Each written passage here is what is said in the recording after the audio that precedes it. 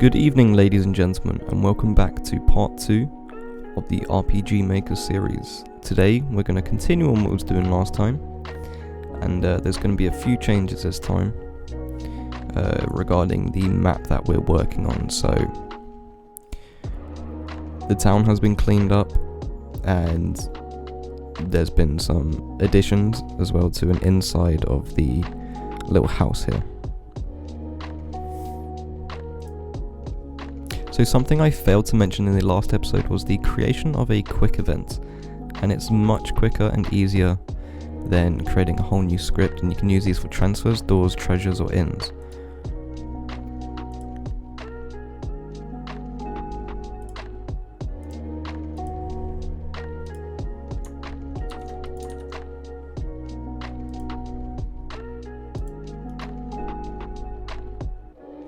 As you can see, for the quick event creations, you have shortcuts here, some hotkeys. You got Control +1, Control 2, 3, 4.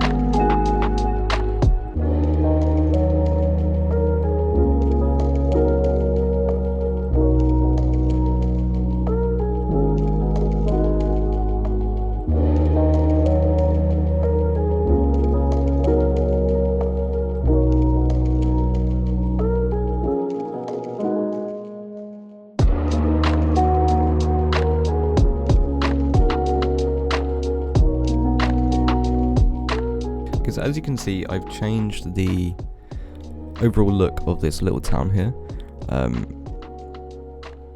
A good thing to mention is, I've got this building directly behind this one, okay, and there's missing gaps where, in real life there would be shadows there, and there is a little tool that allows us to draw these shadows. It's this black pen here, and you can see it's a much smaller area, and it allows us to draw little shadows,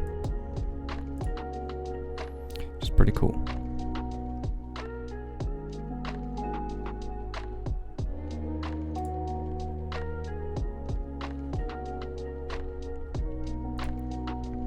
Okay, and for this building here, I'm going to have an event that has a door in it, and it's not going to look very pretty because it's not going to be centered. It's not going to be centered. But that's fine. So we're going to want to find our image. Scroll down to doors. Sure, let's choose this one.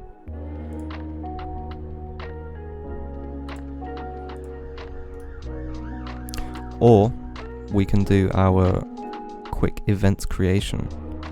It's much more simple. And there we go, we have a little door, and currently there is no inside of that, so let's create that inside there.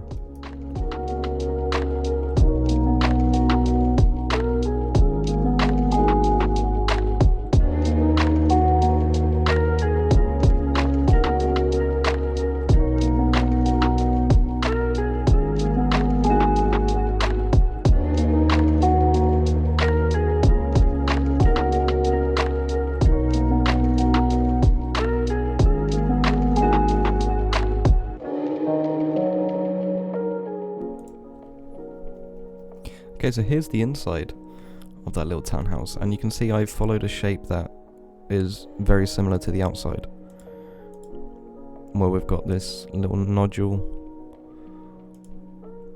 very similar. So obviously this isn't a design that looks pretty or looks good, you know, is kind of trash. But that's not the purpose of this tutorial. A good point to have, especially if you really want to step up your game in creating a nice looking area, is just remembering that if you have a shape like this on the outside, it's gonna look like that on the inside. You know, you're not gonna have a house looking like this on the outside and then just a box, because it ruins that illusion of you actually stepping inside of this house.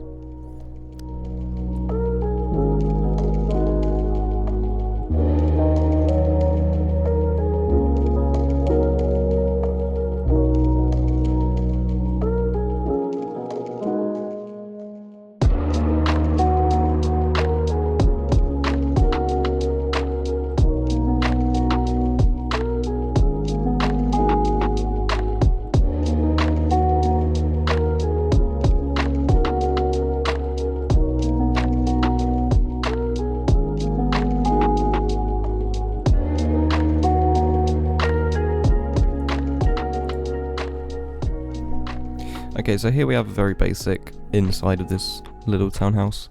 As you can see, I've used carpet, which goes over the top. So the way tile set's working, this is basically just layers, and it's kind of undefined rules of the layers, especially in MV. You don't have a layer selection unlike other versions of RPG Maker.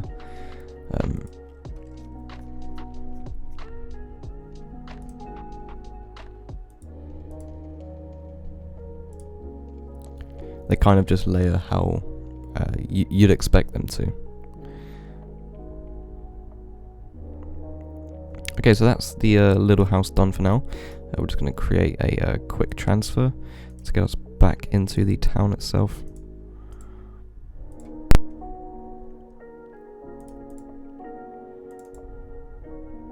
And as you can see, if we open up the quick transfer for the door, you can see what it actually plays. So it plays a sound effect, which is the open sound effect. It sets a movement route of this event, meaning this image goes through a animation. Turns left, waits 3 frames, turns right, wait 3 frames, turn up, through on. So what this is saying is, set movement route, this event, hey, you guy, this image, go through these animations. So okay, and after the movement route is done, it plays a sound effect of move, which I'm presuming would just be the player sound effect. Then it transfers the player to the selected area, which I believe we haven't actually designated yet. Awesome. So let's test out our door.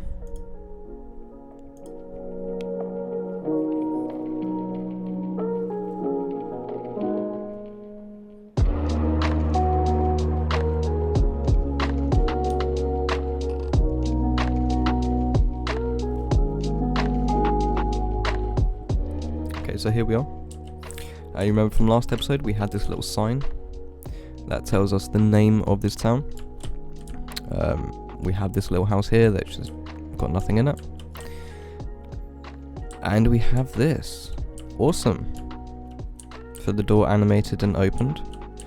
As you can see though, it played the tile set behind it. And that's because it's just, all it's doing is playing an animation. And think of it as a PNG file. So it's got transparent layer in it. So it will show the layer that's behind it. So what we need to do is, instead of having, first of all, you can move any event that you've got in your map. If you left click it and drag it, you can move it out of the way. So let's just do that for now. And we're just going to change this to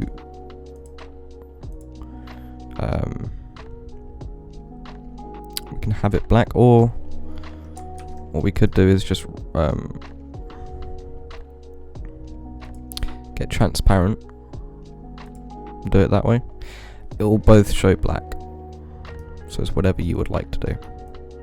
Unfortunately, when doing that, we have this issue here now.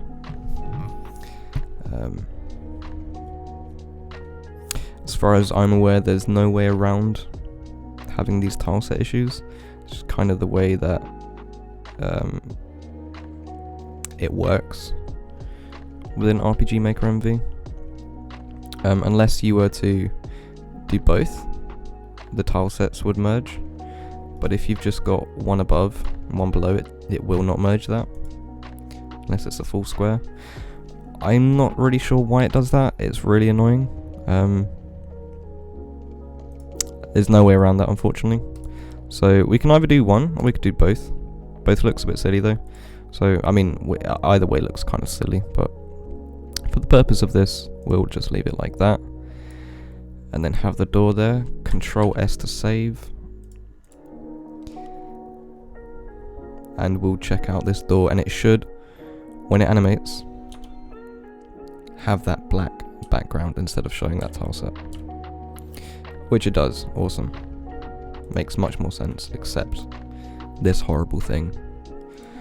We'll just move past that. So let's get on to our new area. This way. It's going to be another part of the town. What we're going to do is just create a new event here and just say show text message.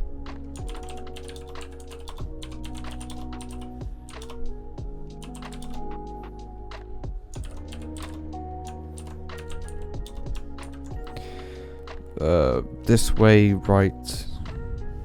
Thither to the big town area. Yeah, I don't know. Yeah, cool, awesome. And we're gonna have it on same as characters.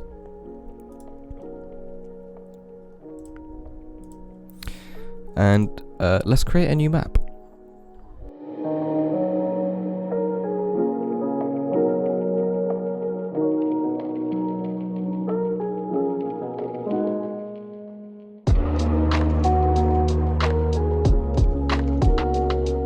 Okay, and with this new map here, we're going to create the illusion of depth. And what do I mean by that? I mean like a 3D effect, as if you had a large area which you have to climb up. And the way we're going to do this is with these mountainous thingamajigs.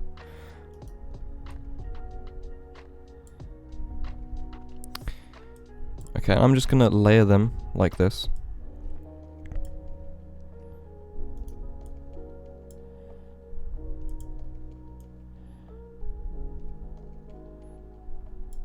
Okay, and right now you can't, it doesn't really make much sense to the brain. Obviously this is a 2D game engine, so when you see this, you're just like, oh, it's just flat. Doesn't really look too 3D. And that's where stairs can really make a difference here.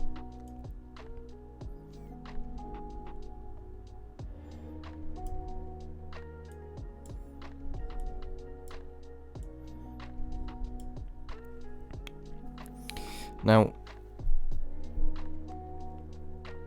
we have a shadow here, which indicates there's something that goes up, right? Since there's a shadow that's being cast onto the stairs. You can even over dramatize this shadow and really make it seem like this is quite tall here.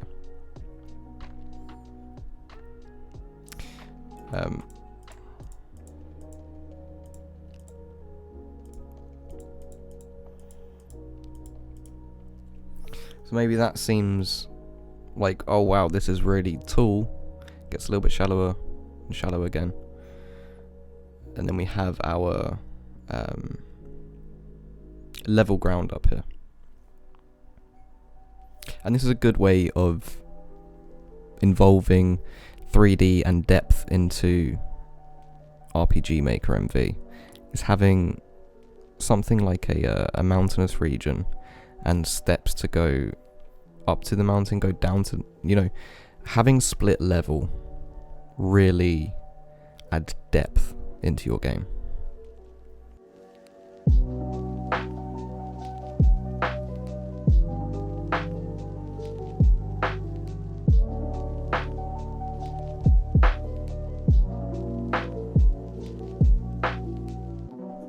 Now, one of the things that was pointed out to me in the last episode, a few people said about the tile set I'm using, and I 100% agree.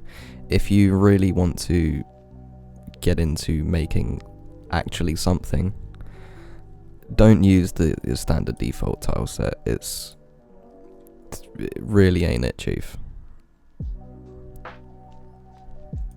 You can find some great ones, either as DLC, you can find them online. You can even make your own if you feel like you are talented enough to go ahead and get into the whole pixel art tile set creations. It's not easy, and it won't be as quick as you think. But I personally recommend, if you want to, end up selling a game, to go down that route. So you put in the time and the effort, get the software needed, and learn how to create some good pixel art.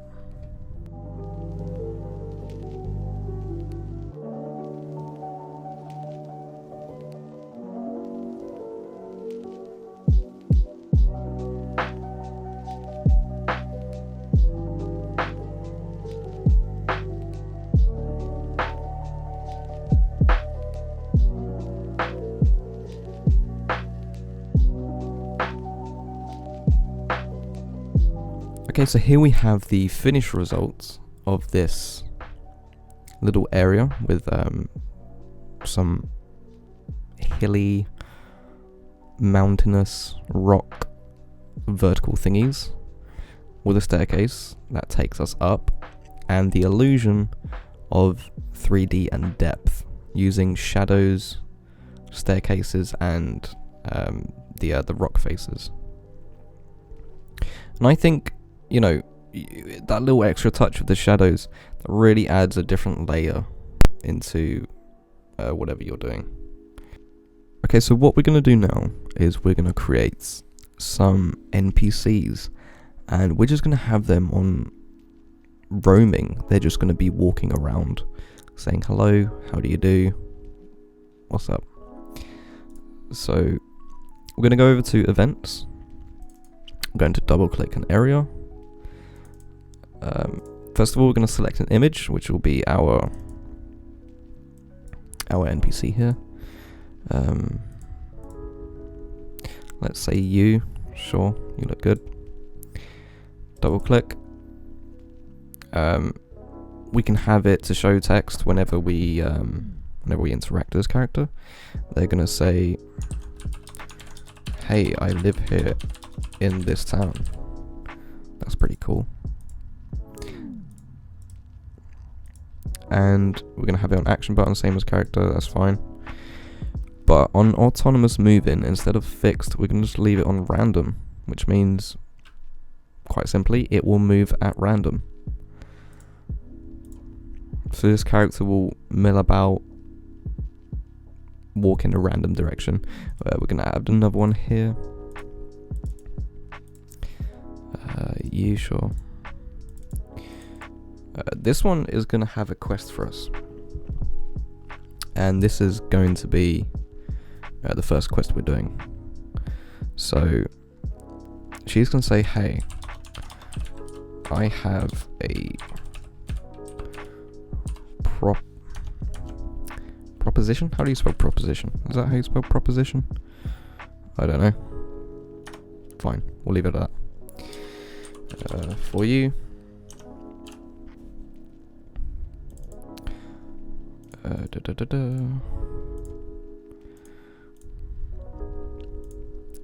So this character's going to say, "Hey, I have a proposition for you." instead of being on random, she's going to approach the character. And she's going to move quite fast. So 2 times faster than normal.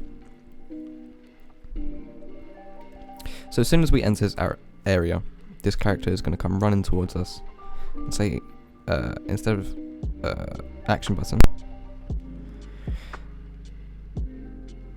this is going to be on event touch. So she's going to say, hey, I have a proposition for you.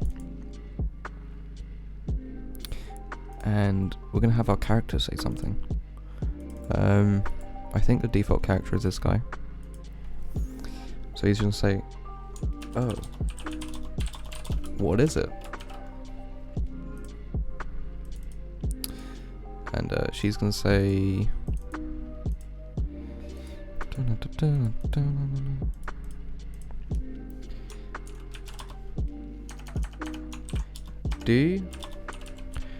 do you have any potions for me? I am awfully sick. And don't forget about this black line here that cuts off text. That's very much on the edge. We're gonna leave it at that, that's fine. And here's where we're gonna get a show choice. I'm gonna say yes, no. When yes, we are going to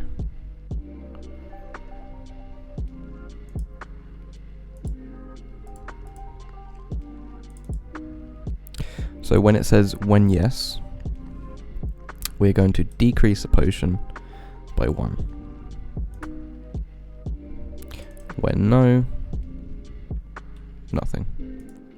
You don't need to put anything for no if you just want nothing to happen. It will just end. It will skip it and just go to end. So, hey, I have a proposition for you. Oh, what is it? Do you have any potions for me? I am awfully sick.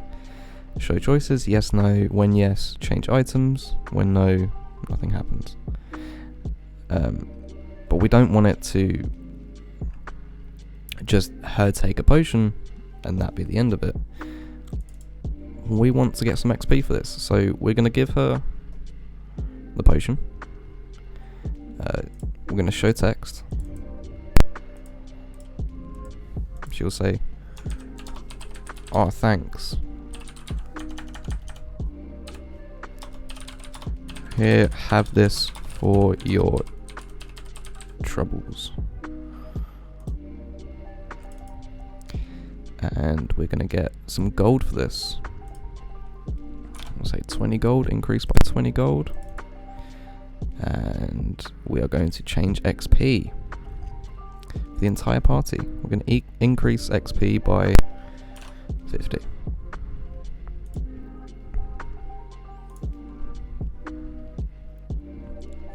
Awesome. But we want some noise for this. So to enter an event content above the one that you've already placed, if you click on the entry that you want to place above it, click enter, and we're going to go to page 2, play a sound effect.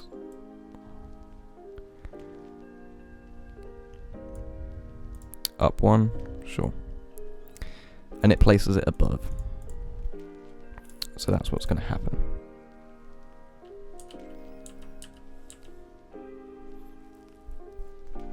So she says, hey, I have a proposition for you. Oh, what is it? Do you have any potions for me? I'm awfully sick. Yes. Oh, thanks. Here, have this for your troubles. Harold is now level 2. Teresa is now level 2. Marsha is now level 2. Awesome. And as you can see, it keeps going. And keeps going. And obviously we don't have any more potions. So it just keeps going. So let's end that.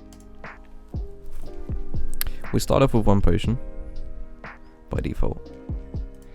But this script, it just keeps on going. It never ends. So let's add an end to this and have this mission, this side quest, be a one-time only thing.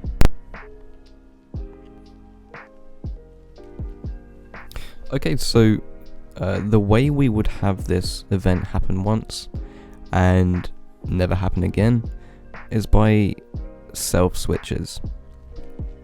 Okay, so the first thing we want to do is go up to new event page. This will add a second event page. Now we want to go down to self-switch, tick that, select A, B, C or D, doesn't matter, just make sure it's the same one we use on the other page. A is fine. Go back to page 1.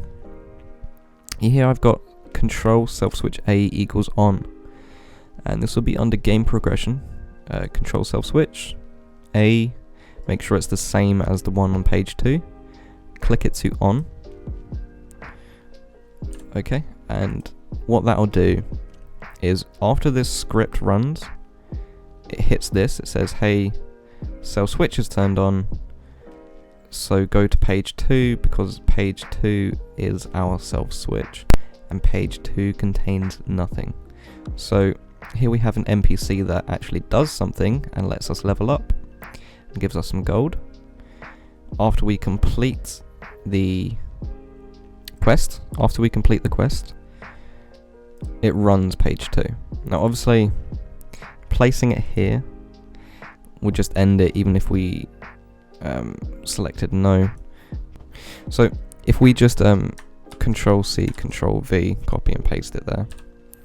So when yes, it will turn it off. When no, does nothing. So that's our little simple quest here. What we can do is we can change the autonomous movement.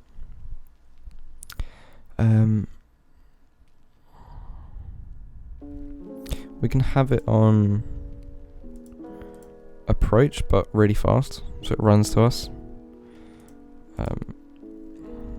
So let's play this.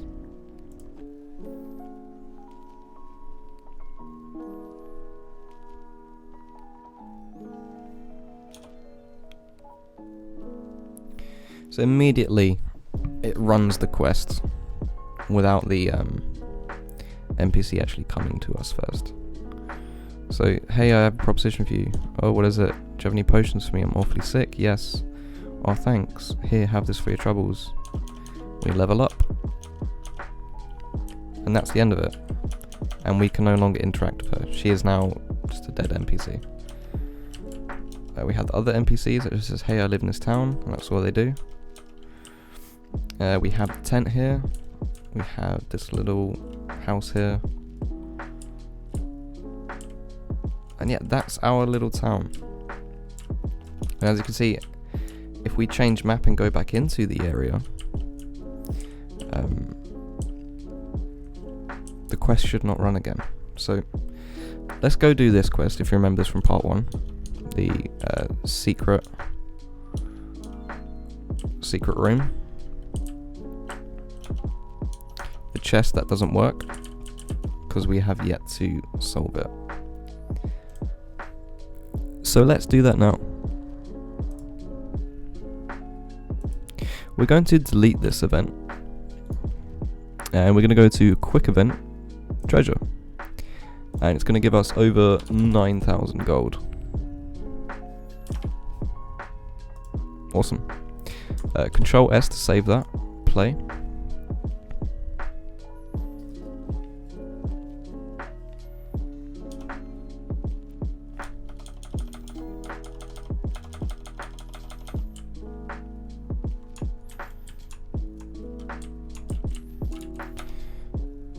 Okay, and we're going to go back into that secret area. And the chest animates, and that's it. There is no more exploit to be had. Reason being is because of the self-switches. Self-switches is the way you create one-time events. They're very powerful. We can have this for cutscenes, NPCs, quests, chests. Maybe something's blocking a path in one in one area of your game and you want to move it out of the way. You can do that with control self switches. So the way we did our tent and the tent barrel remove, we could simply just do that with a control self switch that removes it. Or you can do it by just creating a whole new map. Control self switches are very powerful. So what we're going to do now is we're actually going to do a little cutscene. Since we've got this area here, we're just going to create some NPCs and we're going to script them for a cutscene. So let me just get these NPCs real quick and write out some movement scripts, and I'll be back in just a moment.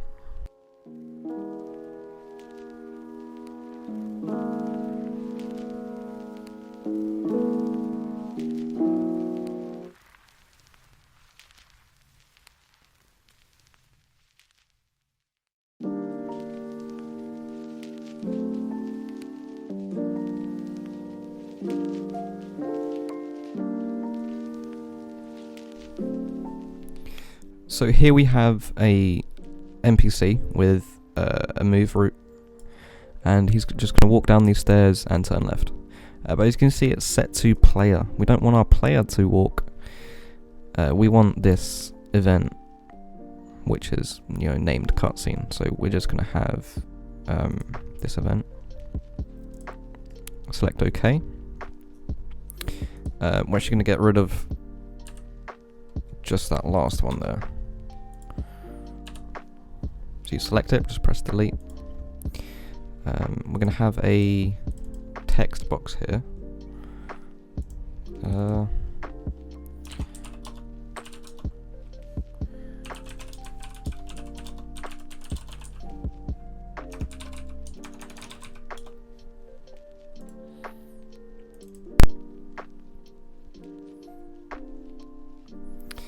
So we have an NPC that walks down and left and talks to us. The player character is going to be here and it's going to say, "Hey dude, what are you doing here?"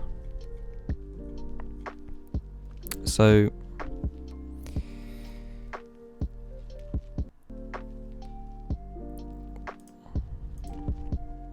here's our guy. He has a movement rate, comes left. We're just going to spawn in us here, so we don't have to do that automatically played mission that we made. The trigger's going to be auto run. So click apply, click OK.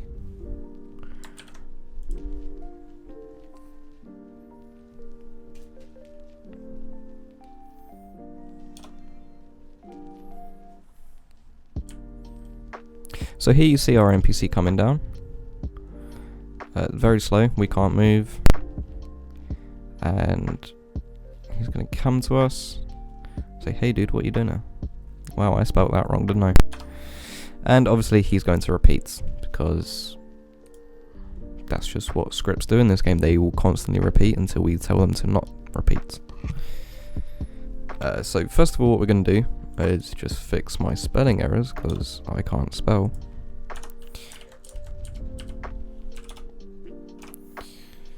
Awesome. Instead of having our player character start there, I want to have him walk into the actual area. So I'm just going to get you to start here. I'm just going to do action button because I really don't want that to start every time. We can change that back later. So we have our player character. We're just going to need a transfer event to Big Town. Awesome. And I want this to trigger as soon as we enter, which it will. However, I actually want to see what's going on. I don't just want to look at my character down here. I want the camera to be focused on my my actor up here, my NPC. The way we change the camera is like this.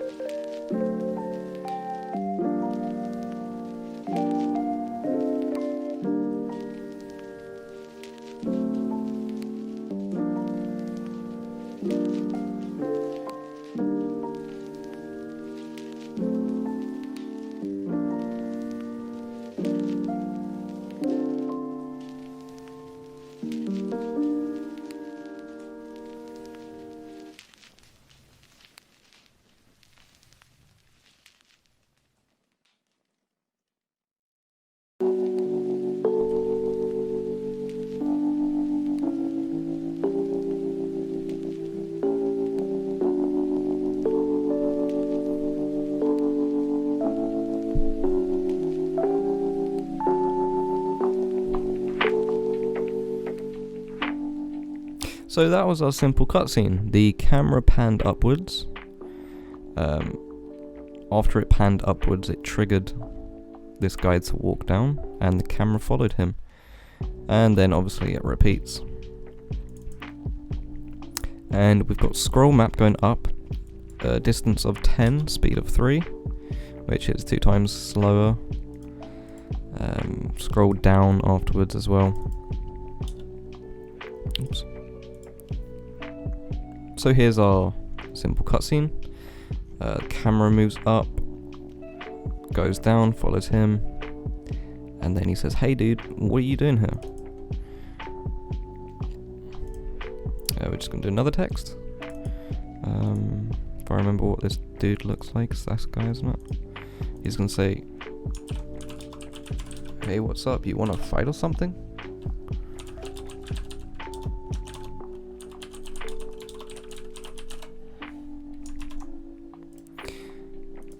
And it's good to know, if you ever want to quickly edit a event content, select what you want to edit, press the space bar.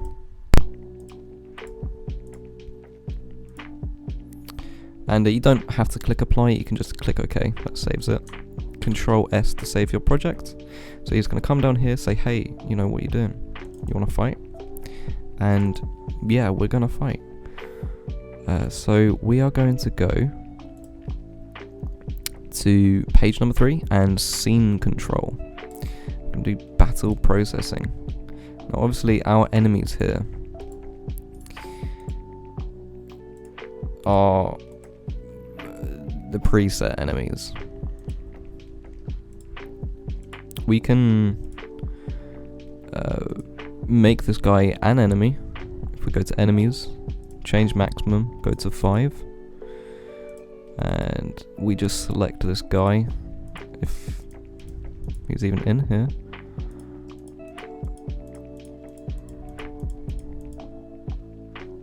Select this guy as the enemy. Let's make him just like undefeatable. So, oops, my bad. Attack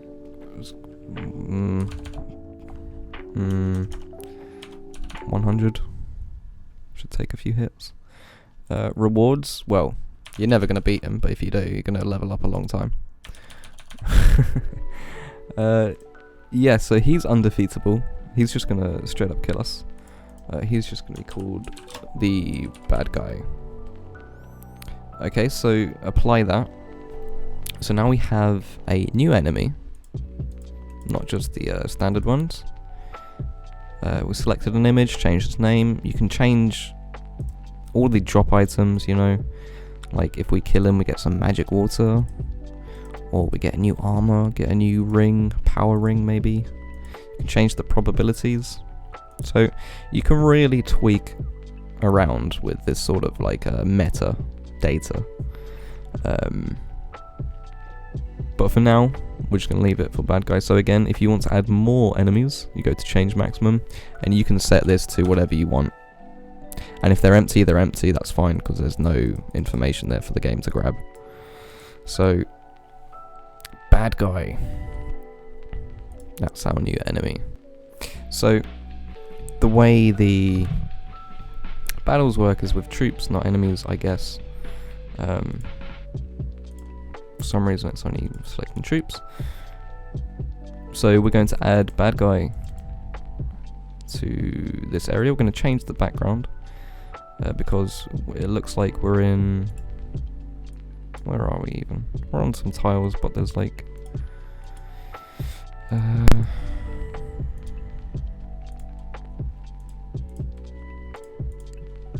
select the area that looks like yours, or that what you want. Obviously, you know, you can make your own battle backgrounds, but we're just gonna have a very simple preset. Okay. So we've got our guy here. Conditions, don't run. Battle span. Apply. Name. Bad guy. Bad guts. Bad guy. Apply, okay. Go back into here. Go to battle processing, change it to the bad guy fight. So we have our bad guy, and he's going to fight us after he plays this cutscene. So let's click apply and OK. Control S to save the project, and let's click run.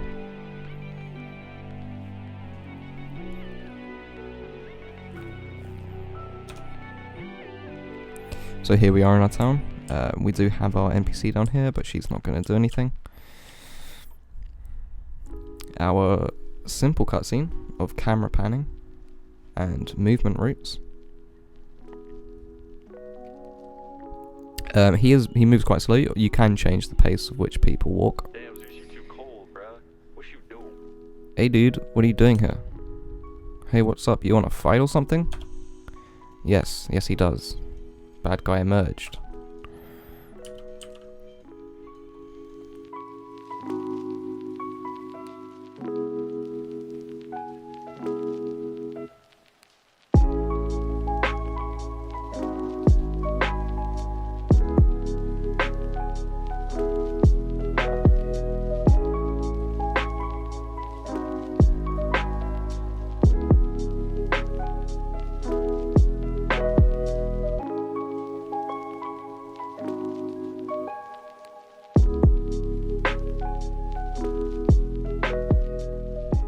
So we're down to our last guy now, Harold.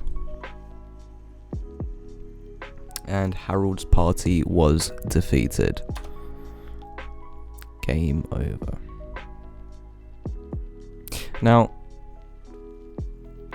let's say you did have a boss fight that potentially you wanted to grind for, that you could eventually beat. The first few times you fight him, you're probably gonna die.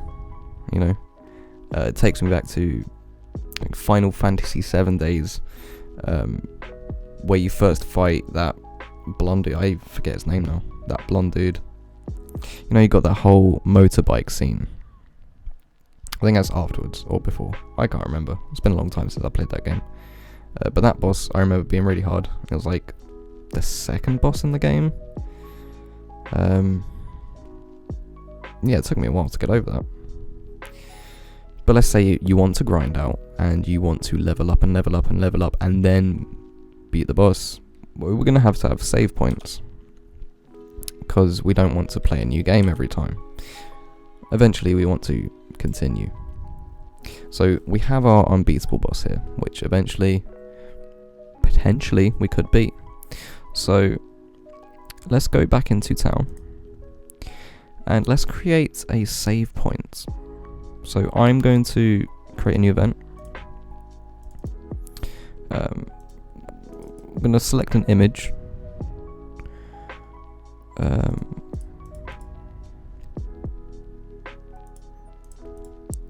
This could be any image that you want to represent a save area.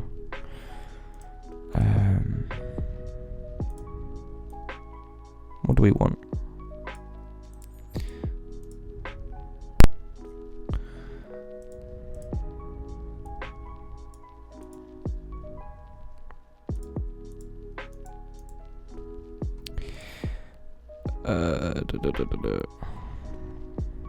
Let's just select this cross, sure. Obviously, you want something that stands out as a save point. I can't really find anything at the moment, so we're just going to select this simple grave cross, I guess. This is going to save our game. So what we can have here is a simple text box. Whoops. Would you like to save the game? ? Click OK. We're going to have a show choices, yes, no. When yes, we can go to page 3. We can change save access, enable, which will allow us to save. That's it. When no, do nothing. So this is going to be same as characters. Click apply, click OK. Control S, and let's play our game.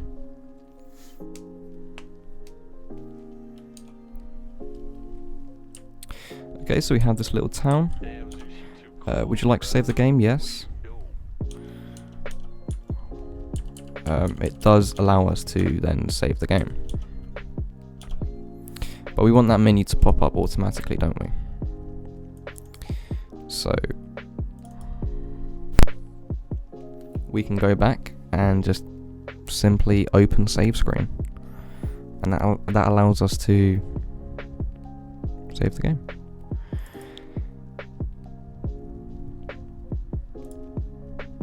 Click apply, click OK, and that will allow us to save the game from that one specific point.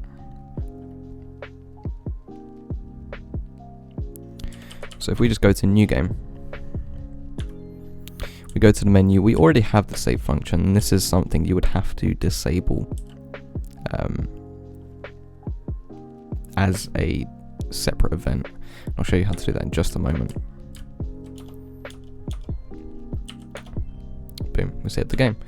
But we already can save the game. So let's say this is the very first map that we spawn in of our game. It's not, it's going to be the overworld. But let's just say this is the one. We're going to just create a random event. We're going to set this away from anywhere that we can touch. Doesn't matter, put it in the corner, something that you can remember. We're just going to call this event controller. Okay. And first things first, we're just going to play some background music. Just something cool that's, you know, gives the game a bit of life. But we on this as well, we are going to change save access to disable. So by default, we won't be able to save our game unless we actually go to a save station. And of course, you know, in your actual game that you're developing, you can have these represented as tutorials. You know, they could say, hey, whenever you come to an area like this and you see this cross, you can save your game. It's a good way of telling the player that that's how you save, and it's not autosave. You can implement autosave, but that's through plugins. It's not native within RPG Maker MV. So now we have our default state to be disabled and some background music. Let's save our project and play.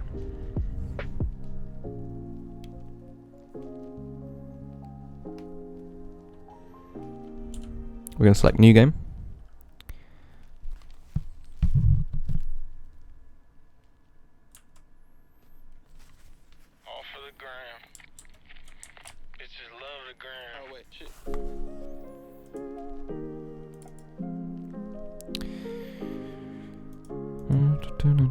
Make sure you select this as parallel, not action button. I too often make events and forget to set the trigger. If you select it to auto run, it will run this and your character won't have movement because it's going to wait for this to finish, but the music will never finish because it will keep on playing, obviously. So you set it to parallel to run parallel to whatever you are doing within the game. So now with our trigger set to parallel, let's play it. New game. We have some background music here. And our save state is by default disabled. So now we can head to our save point. Would you like to save the game? Yes. We can save it. And it's still by default turned off. Awesome, excellent. That's exactly what we want. So that will do for this episode. We managed to implement save states, cutscenes, quests, battles, and parallel events. So it's a lot to take in, but with these you can do a lot. And I'd just like to say thank you very much for the feedback I got on the first episode, especially due to the audio issues, and just in general, everyone was quite helpful, quite nice. Thank you for that. There will be more episodes to come. I'll be teaching you more things to do. Within the next episode, we're going to look at some plugins and some fancy effects that we can do with plugins. So thank you very much for watching, and see ya.